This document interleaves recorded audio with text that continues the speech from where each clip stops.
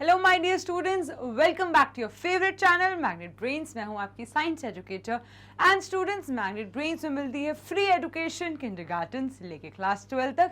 यहाँ पे आपको किसी भी तरीके के ट्रांजैक्शन पेमेंट की नीड नहीं है students, because magnet brains high quality education आप तक एकदम फ्री में पहुंचाते हैं और साथ ही साथ e books and e notes भी प्रोवाइड करते हैं। अगर आपको मैग्नेट ब्रेन्स के e notes and e books चाहिए तो डिस्क्रिप्शन बॉक्स पे गिवन जो लिंक है उसे क्लिक कर सकते हैं या आप विजिट कर सकते हैं मैग्नेट ब्रेन्स की वेबसाइट को, जो है www.magnetbrains.com।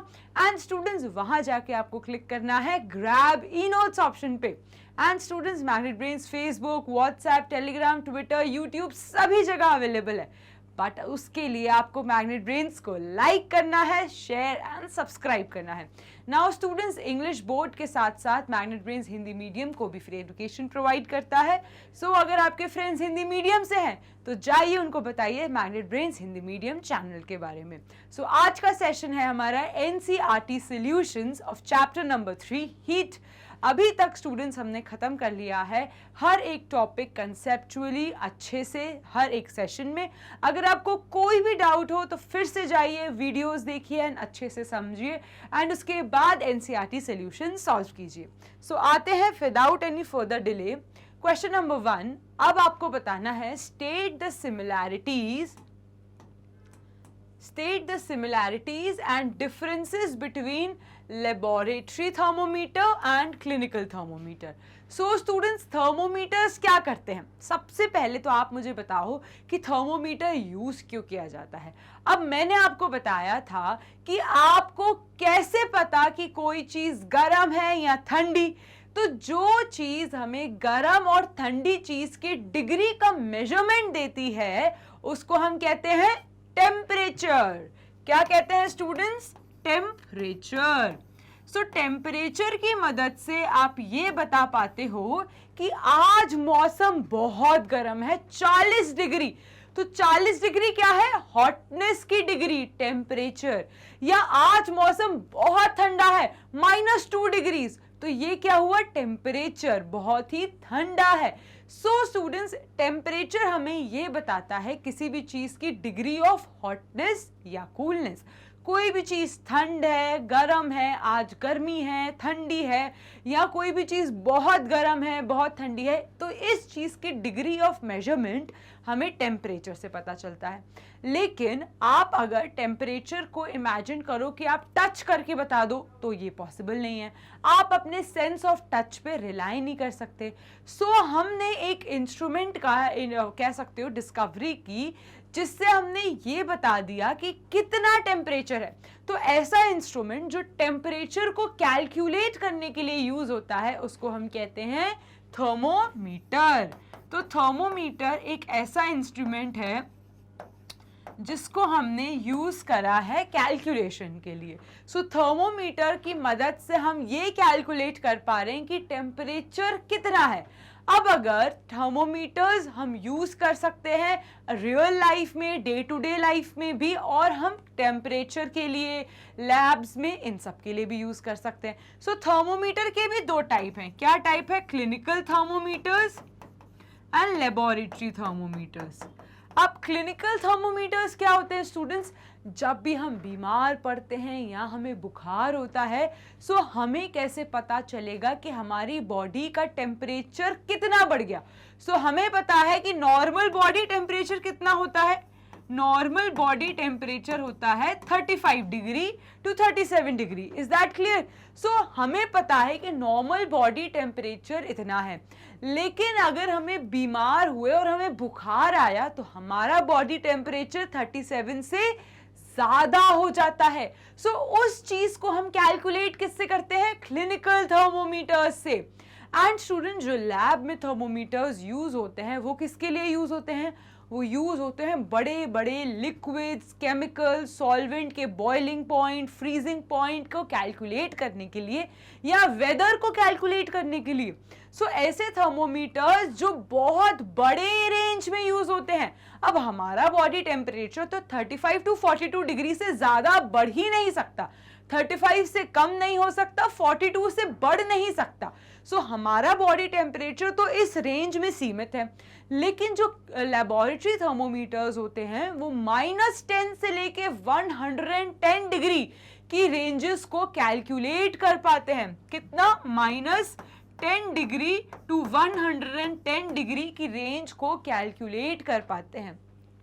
सो ऐसे थर्मोमीटर जो इतना डिफरेंस ऑफ रेंज कैलकुलेट कर पाते हैं, उनका इस्तेमाल हम सिर्फ लैब में ही कर सकते हैं। अगर आप इमेजिन करो, हमारा थर्मोमीटर का साइज होता है इतना सा, ठीक है, लेकिन जो लैब का थर्मोमीटर रहता है उसका साइज होता है इतना बड़ा। सो पहली बात तो आप लैब वाला थर्मोमीटर किसी ह्यूमन के टेम्परेचर के लिए नहीं करेंगे। क्यों? क्योंकि जो लैब थर्मोमीटर रहते हैं उनके साइजेस भी बड़े रहते हैं, साथ ही साथ वो इतने एक्यूरेट नहीं रहते। क्यों नहीं रहते? क्योंकि उनका रेंज तो बहुत बड़ा है एंड हम ह्यूमंस बॉडी का रेंज बहुत छोटा सा रेंज है, जो है 35 डिग्री टू 42 डिग्री। तो कहाँ 35 टू 42 डिग्री और कहाँ -10 टू 110 डिग्री। तो इतना डिफरेंस वाला रेंज हम अपनी ह्यूमन बॉडी के लिए यूज ही नहीं कर सकते। सो सबसे पहली बात तो क्लिनिकल थर्मोमीटर्स हम पेशेंट्स के लिए यूज करते हैं, घरों में यूज करते हैं, रोजमर्रा की जिंदगी में यूज करते हैं, डॉक्टर्स अपने पेशेंट्स के लिए यूज करते हैं जब हमें किसी बॉडी का टेम्परेचर चेक करना है और ये देखना है कि नॉर्मल टेम्परेचर से कितना इंक्रीज आया, तब हम यूज करते हैं क्लिनिकल थर्मोमीटर्स का। लेकिन लैब थर्मोमीटर्स हम लेबोरेटरी में यूज करते हैं, बड़े बड़े एक्सपेरिमेंट्स में यूज होता है, और ये हम तब देखते हैं कि जब हमारे पास बहुत बड़ा रेंज ऑफ केमिकल्स अवेलेबल है, जिनका बॉइलिंग पॉइंट -10 टू 110 वैरी कर सकता है, या और भी फिजिकल प्रॉपर्टीज वैरी कर सकती है। तो उन केसेस में हम यूज करते हैं laboratory thermometers. Is that clear students? अब क्वेश्चन ये है कि आपको सिमिलैरिटी बतानी है कि इन दोनों थर्मोमीटर्स की सिमिलैरिटी क्या है, और आपको ये बताना है कि दोनों थर्मोमीटर्स की डिससिमिलैरिटीज क्या है या डिफरेंसेस क्या है। तो सबसे पहले सिमिलैरिटीज देख लेते हैं। अब स्टूडेंट्स, पहली सिमिलैरिटी है both the thermometers consist of a long uniform glass tube. दोनों ही थर्मोमीटर्स, चाहे उनका साइज डिफरेंस हो, ये है हमारा क्लिनिकल थर्मोमीटर, ठीक है, ये है क्लिनिकल थर्मोमीटर एंड ये है लैब थर्मोमीटर। सो भले उनके साइज में डिफरेंस हो, बट दोनों ही थर्मोमीटर्स किससे बने रहते हैं? सिलेंड्रिकल ग्लास ट्यूब से। किससे बने हुए हैं ये? Cylindrical glass tube. सो पहली सिमिलैरिटी है कि ये दोनों ही सिलेंड्रिकल ग्लास ट्यूब से बने हैं। दूसरी सिमिलैरिटी है both have a bulb at one end, और दोनों के ही एंड में, यहां देख सकते हैं आप, ये जो चीज है, ये जो चीज है, इन दोनों के ही एंड में क्या है? बल्ब। दोनों के ही एंड में बल्ब है, और इस बल्ब के अंदर क्या है? इस बल्ब के अंदर एक एलिमेंट है जिसको हम क्या कहते हैं? मर्क्यूरी, जिसको हम कहते हैं मर्क्यूरी। अब स्टूडेंट्स, हम थर्मोमीटर में मर्क्यूरी का ही क्यों इस्तेमाल करते हैं? जल्दी से मुझे कमेंट सेक्शन में बताओ कि थर्मोमीटर्स में मर्क्यूरी का ही क्यों इस्तेमाल होता है? जल्दी से बताओ, जल्दी बताओ। सो स्टूडेंट्स, मर्क्यूरी का इस्तेमाल हम थर्मोमीटर्स में इसीलिए करते हैं क्योंकि मर्क्यूरी एकमात्र ऐसा एलिमेंट है जो रूम टेम्परेचर पे भी लिक्विड रहता है। सो अगर आपने इमेजिन करा कि मर्क्यूरी को हम बॉडी टेम्परेचर इंक्रीज करते तो मर्क्यूरी जम जाना चाहिए या मर्क्यूरी और मेल्ट हो जाना चाहिए, ऐसा कुछ भी नहीं होता। मर्क्यूरी हर टेम्परेचर पे लिक्विड स्टेट का रहता है। और स्टूडेंट्स, मर्क्यूरी की सबसे अच्छी बात जिस वजह से उसको थर्मोमीटर्स में यूज किया जाता है कि वो टेम्परेचर को अच्छे से कैलकुलेट कर लेता है, एंड तभी हम उसको टेम्परेचर को सही तरीके से कैलकुलेट करने के लिए यूज करते हैं। सो दूसरी सिमिलैरिटी क्या हो गई कि बल्ब है और उस बल्ब के अंदर दोनों ही थर्मोमीटर्स में क्या प्रेजेंट है? मर्क्यूरी। अब स्टूडेंट्स, आपने नोटिस करा होगा ऐसा स्केल, ऐसा एक स्केल प्रेजेंट है हमारे क्लिनिकल थर्मोमीटर में, और हमारे लैब थर्मोमीटर में भी स्केल प्रेजेंट रहता है। सो दोनों में यूजुअली सेल्सियस स्केल प्रेजेंट रहता है, और ये भी एक सिमिलैरिटी है। तो दोनों में ही यूजुअली सेल्सियस स्केल है। तो क्या क्या सिमिलैरिटीज हो गई कि दोनों ही ग्लास ट्यूब से बने हैं, दोनों में ही स्केल प्रेजेंट है, दोनों के ही एक एंड बल्ब है, और उस बल्ब के अंदर दोनों में ही क्या यूज हो रहा है, मर्क्यूरी। और मर्क्यूरी क्यों यूज करें, क्योंकि मर्क्यूरी अच्छे से टेम्परेचर को कैलकुलेट कर लेता है। Is that clear? सो देख लेते हैं, both contain mercury in the bulb, both use Celsius scale on the glass tube. Is that clear? चलो अब आ जाते हैं डिफरेंसेस पे। सो स्टूडेंट्स, सबसे मेजर डिफरेंस जो मैंने आपको स्टार्टिंग में बताया कि क्लिनिकल थर्मोमीटर्स जो रहते हैं, क्लिनिकल थर्मोमीटर्स जो रहते हैं उनका रेंज क्या रहता है, उनका रेंज रहता है 35 to 42 degree. Is that clear? लेकिन जो लैब थर्मोमीटर्स रहते हैं, जो लैब थर्मोमीटर्स रहते हैं उनका रेंज क्या रहता है, -10 टू 110 डिग्री। क्या रेंज रहता है, -10 to 110 degrees. Is that clear? So कहां हमारे क्लिनिकल थर्मोमीटर्स 35 टू 42 डिग्री के रेंज के रहते हैं, और कहां लैब थर्मोमीटर्स -10 टू 110 डिग्रीज के रहते हैं। तो कितना ज्यादा वेरीड डिफरेंस है एक दूसरे के बीच में। सो स्टूडेंट्स, पहला डिफरेंस है, a clinical thermometer reads temperature 35 to 45 degree, 42 usually, and while the range of laboratory thermometer is -10 to 110 degree. Is that clear? A clinical thermometer has a kink near the bulb. A very very very important point. आप notice करोगे students, मैं एक experiment से समझाती हूँ यहाँ पे, ठीक है? मैं एक एक्सपेरिमेंट से आपको ये चीज समझाती हूँ कि मैं अगर यहाँ पे एक कंटेनर लूं, ठीक है? मैंने यहाँ पे एक कंटेनर लिया, इस कंटेनर के अंदर मैंने क्या डाला, इस कंटेनर के अंदर मैंने हॉट वाटर डाला। Is that clear? सो मैंने यहाँ एक कंटेनर लिया और इस कंटेनर के अंदर मैंने हॉट वाटर पोर कर दिया। अब मैंने यूज करा लैब थर्मोमीटर। क्या यूज करा मैंने? Lab thermometer. अब स्टूडेंट्स, हमें पता है लैब थर्मोमीटर किस रेंज का रहता है। सो लैब थर्मोमीटर -10 टू 110 डिग्री के रेंज का है। अब मेरे बॉइलिंग वाटर, मेरे उबलते हुए पानी का टेम्परेचर है 60 डिग्री। तो मेरे जो उबलते हुए पानी का टेम्परेचर है 60 डिग्री, 60 डिग्री कहीं यहां पर है। तो मर्क्यूरी जैसे ही पानी के अंदर डाला, मर्क्यूरी कहां पर आके रुक गया, 60 डिग्री पे। Is that clear? अब इंपॉर्टेंट पॉइंट ये है कि जैसे ही मेरा थर्मोमीटर इस पानी के अंदर है, वो सही टेम्परेचर बता रहा है 60 डिग्री, लेकिन student as soon as you will remove it out, जैसे ही थर्मोमीटर पानी के अंदर है, बीचों बीच है, वो बिल्कुल सही टेम्परेचर बता रहा है कि मेरे गर्म पानी का टेम्परेचर 60 डिग्री ही है। लेकिन जैसे ही मैंने इसको बाहर निकाल दिया, उसका मर्क्यूरी का लेवल फॉल डाउन हो जाएगा। Mercury level will fall down. तो मर्क्यूरी का लेवल क्या हो जाएगा, फॉल डाउन हो जाएगा। और ये क्यों होता है? क्योंकि लैबोरेटरी थर्मोमीटर में क्या प्रेजेंट नहीं है, किंक प्रेजेंट नहीं है। क्या प्रेजेंट नहीं है, किंक। इसीलिए जैसे ही आप थर्मोमीटर को पानी के बाहर निकालोगे, मर्क्यूरी का लेवल गिरने लगेगा। इसलिए लैब में जब भी हमें किसी चीज का टेम्परेचर चाहिए होता है, हमें थर्मोमीटर को उसके अंदर डुबो के ही रखना है, और जब तक वो डूबा हुआ है तभी उसका टेम्परेचर लेना है। जैसे ही आपने लैबोरेटरी में क्लिनिकल लैब थर्मोमीटर्स को बाहर निकाला, वो मर्क्यूरी का लेवल वापस से फॉल डाउन होने लगेगा। Is that clear? अब आप सोचो कि अगर हमारे क्लिनिकल थर्मोमीटर्स में भी ऐसा हो, अगर मैंने क्लिनिकल थर्मोमीटर लिया और मैंने अपनी टंग के नीचे प्लेस कर दिया, ठीक है? अब टंग के नीचे प्लेस करने पे तो मेरा टेम्परेचर आया 37 डिग्री। Is that clear?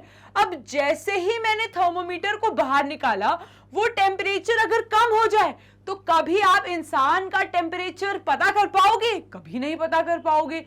तो इसीलिए साइंटिस्ट ने थोड़ा दिमाग लगाया और जो क्लिनिकल थर्मोमीटर्स होते हैं, जो क्लिनिकल थर्मोमीटर्स होते हैं उनके अंदर एक, ये मेरे मर्क्यूरी की लाइन है, ट्यूब है मर्क्यूरी का, और यहाँ पे एक कर्वेचर प्रेजेंट है, एक मुड़ाव प्रेजेंट है। आप थर्मोमीटर को अपनी लेवल ऑफ साइट में रख के देखना कि थर्मोमीटर के बल्ब जब स्टार्ट होता है तो एक ऐसे करके एक मुड़ाव आता है, इस मोड़ को हम कहते हैं किंक।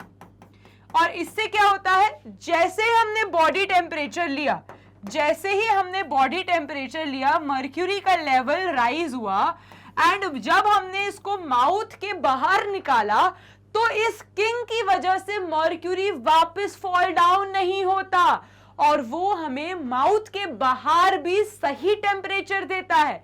लेकिन ये चीज लैबोरेटरी थर्मोमीटर्स में नहीं होती। Is that clear?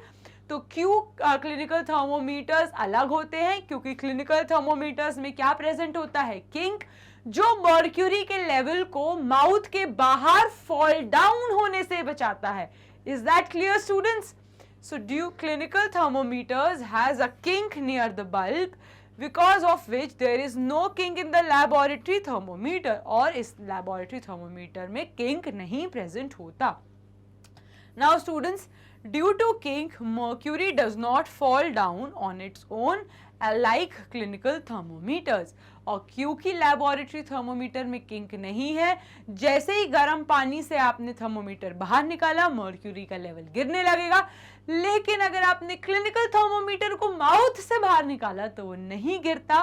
क्यों? क्योंकि किंक प्रेजेंट है और kink back of flow of mercury को रोक देता है। Is that clear? चलो, moving towards the next question, question number 2। Give 2 examples each of conductors and insulators of the heat। लेकिन इससे पहले मुझे ये तो बता दो कि कंडक्टर्स होते क्या हैं और इंसुलेटर्स होते क्या हैं। कंडक्टर्स क्या होते हैं और इंसुलेटर्स क्या होते हैं? सो स्टूडेंट्स, ऐसे मटेरियल जो हीट का ट्रांसफर को अलाउ करते हैं उनको हम क्या कहते हैं? Conductor. So they allow transfer of heat, इसीलिए इनको हम क्या कहते हैं? कंडक्टर्स। और ऐसे मटेरियल जो नहीं अलाउ करते, they do not allow transfer of heat, they do not allow transfer of heat, इसीलिए इन्हें हम क्या कहते हैं? इंसुलेटर्स। Is that clear? अब स्टूडेंट्स, ट्रांसफर ऑफ हीट है क्या? जल्दी से मुझे बता दो। आपको पता है कि जब भी हम कोई चीज गर्म करते हैं तो वो किसकी तरफ भगती है? ठंडी चीज की तरफ। अगर आपने एक तवे के ऊपर पैन रखा, फ्राइंग पैन रखा, तो जब तक वो तवे के ऊपर है वो गर्म है, लेकिन उसकी जो हवाएं हैं, उसकी जो गर्माहट है, हीट है, वो कहां जा रही है? वो बाहर एटमॉस्फेयर में ठंडे की तरफ जा रही है। सो इस प्रोसेस को हम क्या कहते हैं? Transfer of heat. जब भी हम कोई गर्म चीज करते हैं तो वो कहां भगती है? ठंडी चीज की तरफ। और जो ये गर्म चीज का ठंडी चीज की तरफ भगना है उसको हम क्या कहते हैं? Transfer of heat. And students, transfer of heat solids में अलग होती है, लिक्विड्स में अलग होती है, गैस में अलग होती है और वैक्यूम में अलग होती है। सो ट्रांसफर ऑफ हीट सॉलिड्स में किसकी मदद से होती है? कंडक्टर्स की मदद से। सो ट्रांसफर ऑफ हीट सॉलिड में होती है कंडक्टर्स की मदद से। सो ऐसे सॉलिड्स जो ट्रांसफर ऑफ हीट करवाते हैं उनको हम क्या कहते हैं? कंडक्टर्स। अब इसका एग्जाम्पल क्या है? Steel, aluminium. सो ये है हमारे कंडक्टर्स। एंड इंसुलेटर्स क्या है? Would, plastic. तो ये हो गए हमारे इंसुलेटर्स जो हीट का ट्रांसफर नहीं करवाते। Is that clear? चलो, तो अब आपको क्लियर हो गया। अब एग्जाम्पल्स देख लेते हैं। कंडक्टर्स है एल्यूमिनियम, आयरन, एंड इंसुलेटर्स है plastic and would. Is that clear? चलो, now fill in the blanks. The hotness of an object is determined by its temperature. Very good. Option number B, the temperature of boiling water cannot be measured by a. अब एक गर्म उबलता हुआ पानी है, उसको हम clinical thermometer से major कर पाएंगे क्या? नहीं कर पाएंगे, क्योंकि उसका टेम्परेचर तो 60 डिग्री से ज्यादा हो सकता है, लेकिन हमारा क्लिनिकल थर्मोमीटर का मैक्सिमम टेम्परेचर क्या है? 42 डिग्री या मैक्सिमम 45 डिग्री। तो क्या वो 60 डिग्री 60 डिग्री के पानी को मेजर कर पाएगा? बिल्कुल नहीं कर पाएगा। तो बॉइलिंग वाटर को हम कभी भी क्लिनिकल थर्मोमीटर से नहीं मेजर कर सकते। सो करेक्ट आंसर क्या है? Clinical thermometer. Now question number C, temperature is measured in degree. आप 3 चीजों से टेम्परेचर को मेजर कर सकते हो। पहला है सेल्सियस, फिर है हमारा फ़ारेनहाइट एंड देन है केल्विन स्केल। तो ये 3 स्केल्स हैं जिससे हम टेम्परेचर का मेजर कर सकते हैं। Is that clear? So Celsius, Fahrenheit and kelvin scales होते हैं जिससे हम मेजर करते हैं अपने किसको? टेम्परेचर को। Now D, no medium is required for the heat transfer by the process known as radiation. तो रेडिएशन एक ऐसी प्रोसेस है जिसको कोई मीडियम की नहीं, वैक्यूम में भी वो ट्रांसफर हो जाता है। और यही रीजन है कि जो सन रहता है उसकी जो गर्माहट हम तक पहुंच जाती है, वो क्यों पहुंचती है? With the help of radiation. So radiation is the process जो मीडियम हो या ना हो, कैसे भी आप तक रीच हो जाती है। Now E, a cold steel spoon is dipped in a cup of hot milk. Heat is transferred to its other end by the process. अब यहाँ पे आपको पूछा है स्टील स्पून। स्टील क्या है? Steel is a solid. अब आप बताओ, स्टील सॉलिड तो है, क्या वो एक कंडक्टर है? यस, वो एक कंडक्टर है। और हमें पता है कि कंडक्टर में हीट का ट्रांसफर किससे होता है? By the process known as conduction. तो यहाँ एक स्टील है, स्टील एक सॉलिड है, सॉलिड में सॉलिड और वो भी एक गुड कंडक्टर ऑफ हीट है। तो गुड कंडक्टर्स ऑफ हीट में हीट का ट्रांसफर किससे होता है? With the help of conduction. So यहाँ पे कंडक्शन की मदद से हीट का ट्रांसफर स्टील में हो पाएगा। Now, option number F, clothes of dash color absorb more heat better than clothes of light color. So students, हमने देखा था कि जो डार्क कलर के कपड़े होते हैं वो ज्यादा हीट अब्सॉर्ब करते हैं। इसीलिए जब हमने एक्सपेरिमेंट लिया था जिसमें हमने काला बोल लिया था, एक सफेद बोल लिया था, दोनों में ही गर्म पानी रखा था और दोनों को ही धूप में रख दिया था, तो किसने ज्यादा हीट अब्सॉर्ब करी थी? गरम वाले या डार्क कलर वाले बोल ने, क्योंकि जो डार्क कलर्स होते हैं, जो वार्म कलर्स होते हैं, वो ज्यादा से ज्यादा हीट का अब्सॉर्ब करते हैं। तो यहाँ पे होना चाहिए clothes of dark colour absorb more and more heat more than light colours. इसीलिए जो काले कलर होता है, जो डार्क कलर होता है, ये हम विंटर में प्रेफर करते हैं, क्योंकि काले कलर के कपड़े हमें गर्म रखते हैं, वार्म रखते हैं। लेकिन समर्स में, धूप में हम डार्क कलर के कपड़े अवॉइड करते हैं, हम लाइट कलर के कपड़े पहनते हैं। क्यों? क्योंकि जो सफ़ेद कलर रहता है, जो लाइट कलर रहता है, वो कम से कम हीट अब्सॉर्ब करता है और हमें गर्मी नहीं देता। तो जब हमें गर्मी चाहिए तब हम डार्क क्लोथ्स पहनेंगे, जब हमें फ्रेश एयर और कम गर्मी चाहिए तब हम लाइट कलर के क्लोथ्स पहनेंगे। Is that clear? चलिए, नाउ मैच द फॉलोइंग। अब यहाँ पे आपको मैच करना है। ऑप्शन है land breeze blows during, sea breeze blows during, dark coloured clothes are preferred during and light coloured clothes are preferred during. And दूसरे column में ऑप्शन है summer, winter, day and night. अब देख लेते हैं करेक्ट आंसर।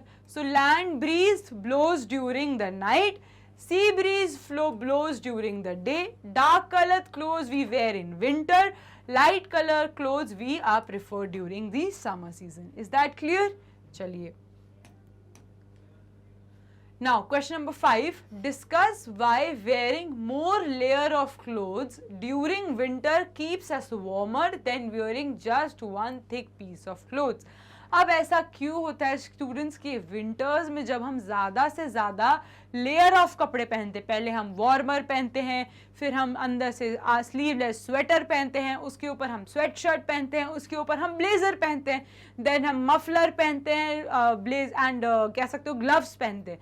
तो जब हम ऐसे लेयरिंग ऑफ क्लोथ्स करते हैं विंटर्स में, तो ऐसा क्यों कहा जाता है कि हमें गर्म लगता है? क्योंकि स्टूडेंट्स जो ये वूल रहता है ये क्या करता है, ये एक बैरियर प्रिवेंट करता है और ये बैरियर क्रिएट करता है बाहर की ठंडी हवाओं तक हम तक पहुंचने में।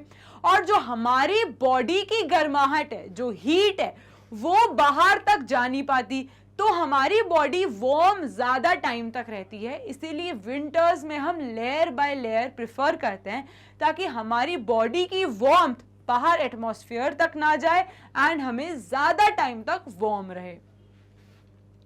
तो more layer of clothes keeps us warm in winters as they have a lot of space between them. This space gets filled up by the air and air is a bad conductor. It does not allow the body heat to escape out.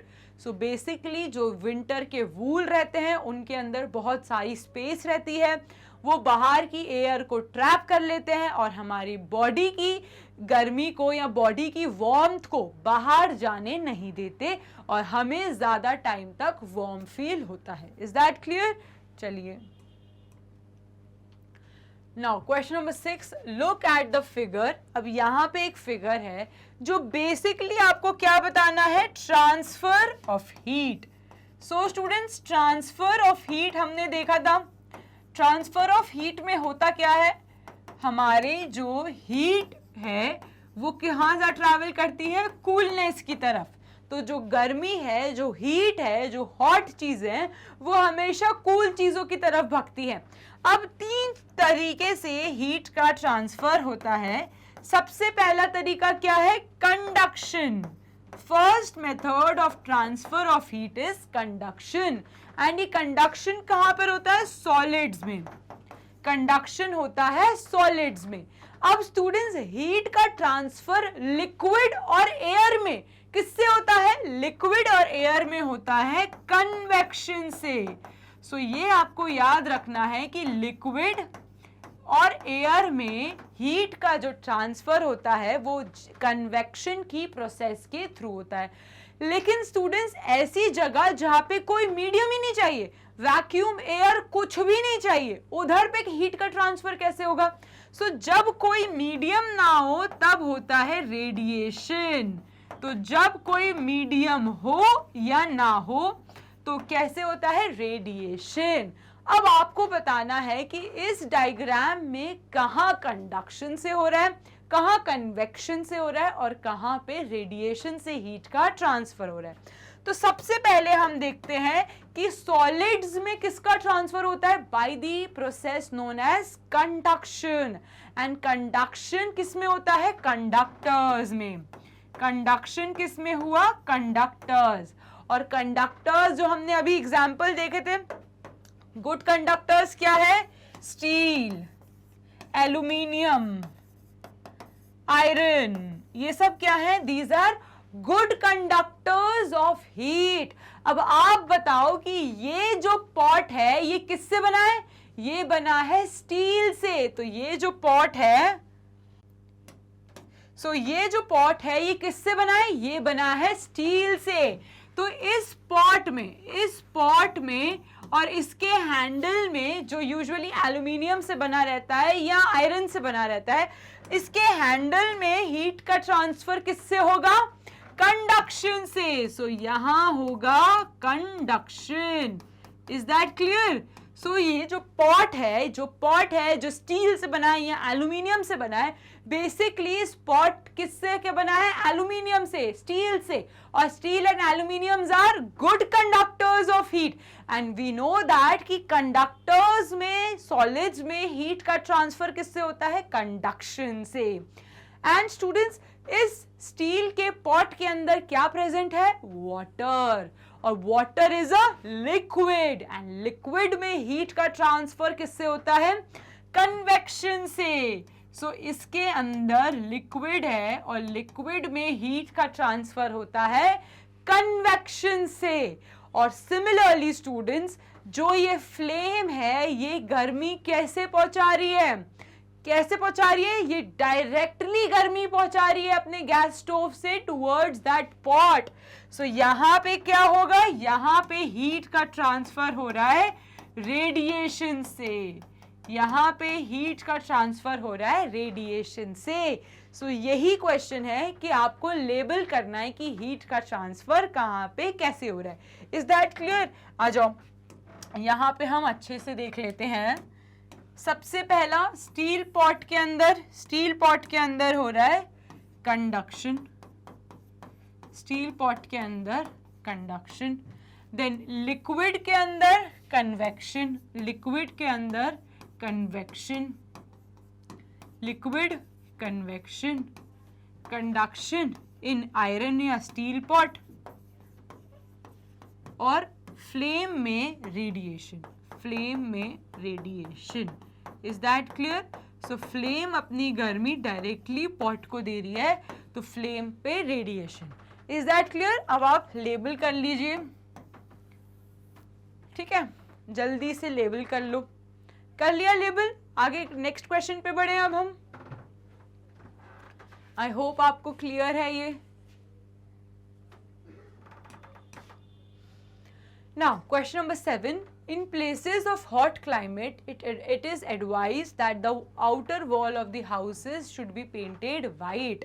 अभी हमने देखा था students, ऐसे घर जो सफ़ेद चीज़ों से पेंटेड हैं, और वाइट चीज़ क्या करती है, white colour absorb less heat, white colour absorb less heat.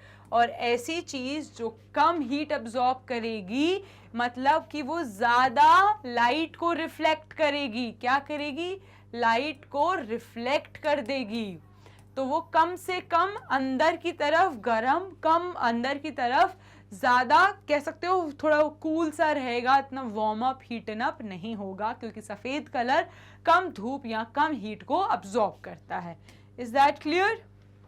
So in places of hot climate, जहाँ पे भी बहुत ही गर्मी है, वहाँ पे हम सफ़ेद कलर के घर बनाएंगे, क्योंकि सफ़ेद कलर कम से कम हीट को अब्जॉर्ब करता है, ज़्यादा हीट को रिफ्लेक्ट करता है, और हाउसेस ठंडे रहेंगे अंदर, वो ज़्यादा गर्म नहीं होंगे। और हमें तो हॉट क्लाइमेट है, तो अंदर गर्मी तो चाहिए नहीं, हमें बहुत ठंडक चाहिए। तो ठंडक कब मिलती है, जब हमारा घर सफ़ेद कलर का होगा। सफ़ेद कलर कम से कम गर्मी अब्जॉर्ब करता है, कम गर्मी अब्जॉर्ब करेगा तो अंदर कूल रहेगा, चिल रहेगा, और हम बढ़िया तरीके से रहेंगे। और यही अगर मैं आपसे बोलूं कि हम ठंड में रहते, हमारा जो एरिया है वो बहुत ही ठंडा है, उधर पे क्या करोगे? सो उधर पे आप डार्क कलर के हाउसेस प्रिफर करते हो, क्योंकि dark colour absorb more heat, and क्योंकि आपको वार्म रखना है अपने घर का टेम्परेचर, अंदर का टेम्परेचर, इसीलिए हम डार्क कलर प्रिफर करेंगे।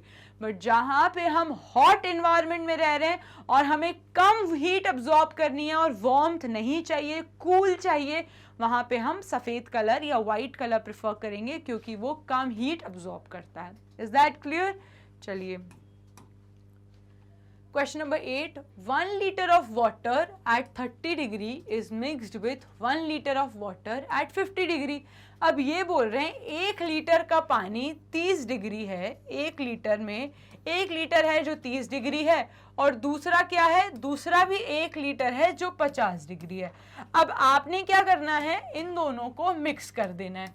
अब आप मुझे बताओ, अब जो टेम्परेचर ऑफ वाटर होगा वो क्या होगा, जो टेम्परेचर ऑफ वाटर होगा वो क्या होगा। मैथ्स नहीं लगानी इसमें, 30 + 50 नहीं करना है इसमें। अब आप खुद सोचो कि जब भी हम सुबह सुबह नहाने जाते हैं और हमारी मम्मी पानी गर्म करती है, तो पानी जो वो गर्म करती हैं उसमें हम थोड़ा सा ठंडा पानी डालते हैं, लेकिन एकदम से ठंडा पानी डालने पे सारा पानी तो ठंडा नहीं हो जाता ना, कुछ इंक्रीज होता है या कुछ डिक्रीज होता है। इसी तरीके से अगर आप 30 डिग्री के गर्म पानी को 50 डिग्री के गर्म पानी में ऐड करोगे, तो कहीं ना कहीं इन दोनों का टेम्परेचर जो नए पानी का, मिक्स्ड वाले पानी का होगा, वो बीच में होगा। ना ही वो एकदम 80 डिग्री का गर्म होगा, बिल्कुल भी नहीं, क्योंकि 30 डिग्री का पानी कम गर्म है और 50 डिग्री का पानी ज्यादा गर्म है। तो जब दोनों को मिलाएंगे तो एकदम 80 डिग्री का गर्म पानी नहीं होगा, कहीं ना कहीं बीच का टेम्परेचर होगा उस पानी का। सो करेक्ट आंसर देख लेते हैं, 80 degree no, more than 50 degree but less than 80 degree no, 20 degree no, it will be somewhere between 30 degree and 50 degrees. Is that clear? चलिए क्वेश्चन नंबर 9। अब हमने एक गरम बॉल ली 40 डिग्री की और इसको एक मग में डिप करा दिया जिसका टेम्परेचर है 40 डिग्री। सो एक गरम बॉल जो 40 डिग्री की है, इसको एक मग में डाल दिया जिसका टेम्परेचर 40 डिग्री है। अब क्योंकि यहाँ पे दोनों का ही टेम्परेचर एक जितना है तो यहाँ पे हीट का ट्रांसफर नहीं होगा, क्योंकि यहाँ पे दोनों का ही टेम्परेचर समान है, एक जितना है, तो हीट का ट्रांसफर ही नहीं होगा। तो जब हीट का ट्रांसफर नहीं होगा तो no flow from iron ball to water और ना ही वाटर टू आयरन बॉल, क्योंकि दोनों का ही टेम्परेचर एक जितना है और हमें पता है कि हीट हमेशा गर्म से ठंडे की तरफ जाती है, लेकिन यहाँ पे तो दोनों का ही एक जितना टेम्परेचर है तो हीट का ट्रांसफर ही नहीं होगा, तो कुछ भी फ्लो नहीं होगा, ना बॉल से पानी में ना पानी से बॉल में। Is that clear?